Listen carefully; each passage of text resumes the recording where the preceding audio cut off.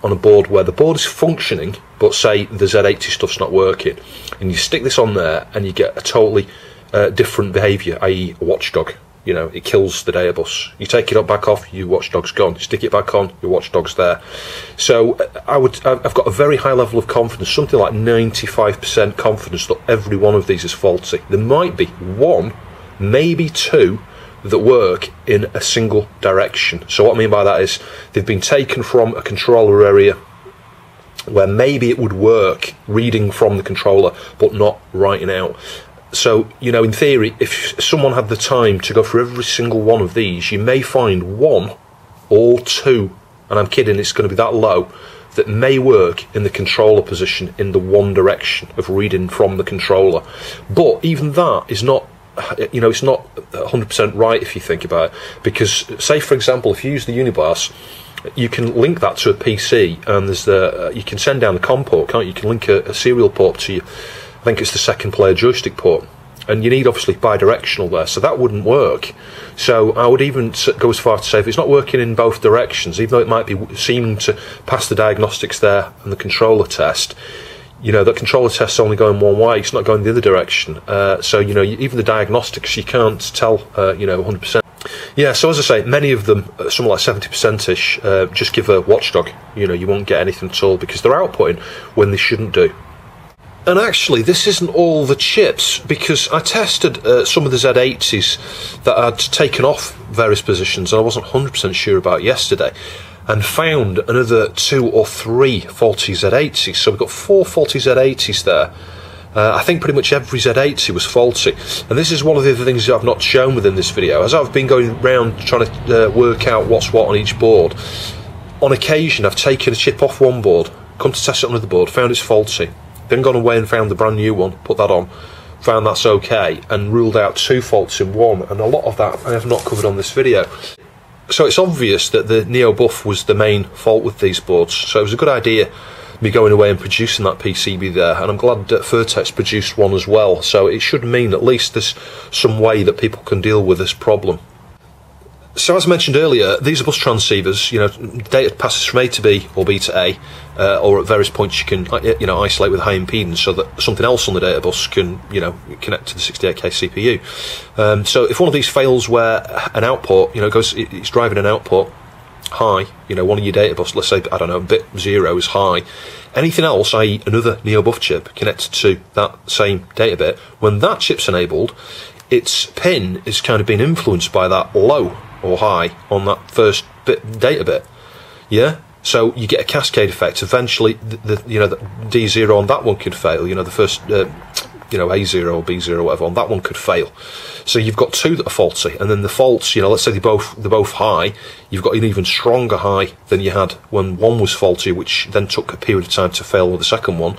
So your third one somewhere else could fail almost instantly, and then the 5th one could fail instantly. And this is why on a number of these boards here, pretty much every single Neo-Buf has failed. There are a few of these boards here where, like, I think all 5, maybe 3 boards where all 5 had failed and all 5 had to come off.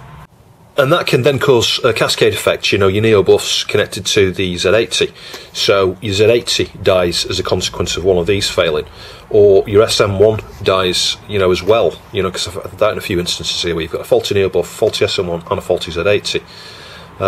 We're actually an SM1 short, so there were actually 2 of these SM1s failed. So you're not even seeing all of the failures here. You know, you're not seeing all of the parts that were missing, kind of thing. Oh yes you are, yeah, sorry, I'm imagining things. I think there's a couple of SM1s here. So in terms of the ROMs, we've got like I think there's a fixed ROM, we've got a low ROM, we've got a couple of SM1s. It's, you know, quite a random distribution of faults and things. We had one of the main BIOSes failed here, that one's faulty. A 259, there should be 2 of these 259s, I seem to have lost one somewhere, but yeah, trust me. We did have a faulty 259 and a HC32 as well. Backup RAM. Now there were some pallet RAMs. I've not charged Mike for those at the moment because I've got the old ones, I want to test them. So left over, we've got a bag of ICs here, got the YM2610, a couple of Neo-Bufs that I think are okay, and just bits and pieces, loads of like the PALs and some bits and pieces and caps and things to go back on that spares board. But ultimately I'm just going to keep these for the moment while I look at the 2 1Fs, because those, I'm sending the first 7 boards back to Mike. So a quick look at all 6 boards now. So that one's the one that needs the unibars. So you can see, you know, we replaced a number of Neo-Bufs on there. Pretty much all the all the Neo-Bufs on that one. All the Neo-Bufs on that one. This one was okay. Didn't need any. Well, I think it probably did need Neo-Bufs. They came off one of the boards actually. Same with this one. We've got a bypass on this one there. In theory, I could do that there to take the chip off there to use elsewhere. This one again, full set of Neo-Buf chips. It's amazing, really. The majority of these boards have had pretty much all the Neo-Buf chips replaced. Just noticed this one's got a BIOS missing as well, so I need to go away and find a BIOS for this one. Yeah, it's got the SM1, so in theory it should be okay. I can use the one actually I was testing on this one. I'll do that next, I'll put that in here. But the final thing is to just label these up. I've cleaned the shells. I'll just see if I can show you. I'll just put that board there a second. Yeah, they've had a quick wipe. Nothing special, you know, there's lots of dust and dirt still on them and stuff, but I cleaned up the top part, removed any of the stickers and things, so yeah, it should be okay. I shouldn't really be handling them this way, but anyway, it should be alright. And that's incidentally something worth pointing out. There was no, I've not got any ESD protection to send this back in. It came just wrapped in bubble wrap, so it's going to have to go back that way, I think. The chances are slim of anything being damaged, but I would say to Mike when he opens these, just be super careful, maybe touch a radiator or something before you start handling them, and make sure you're not wearing a woolly jumper or something like that. You know, just be careful handling them when you get them back. So once I've labelled these up in a second, I'll show you. I then need to start putting all the feet back on. I'm not sure that I've got a full complement of all the feet. I think one of the cases has got a little corner chipped off, so I'll super glue that back on, I think. So this back one here has been upgraded from an X to the really special edition, RSC. I'll just show you. That was the wrong board. This is the one that's been a pain in the you-know-what. As you can see, it's been upgraded to an MV1. So a quick look at all 6 of these before I send these back to Mike. I'll show you the 1FZ as well, which you haven't seen yet. That'll be the next video. Yeah, this is the 7th board here. You normally have a Neo-Buf in this area here, so you can tell this is not an MV1A, this is a 1FZ. I do hope you found that interesting. Thanks for watching, and I'll see you soon.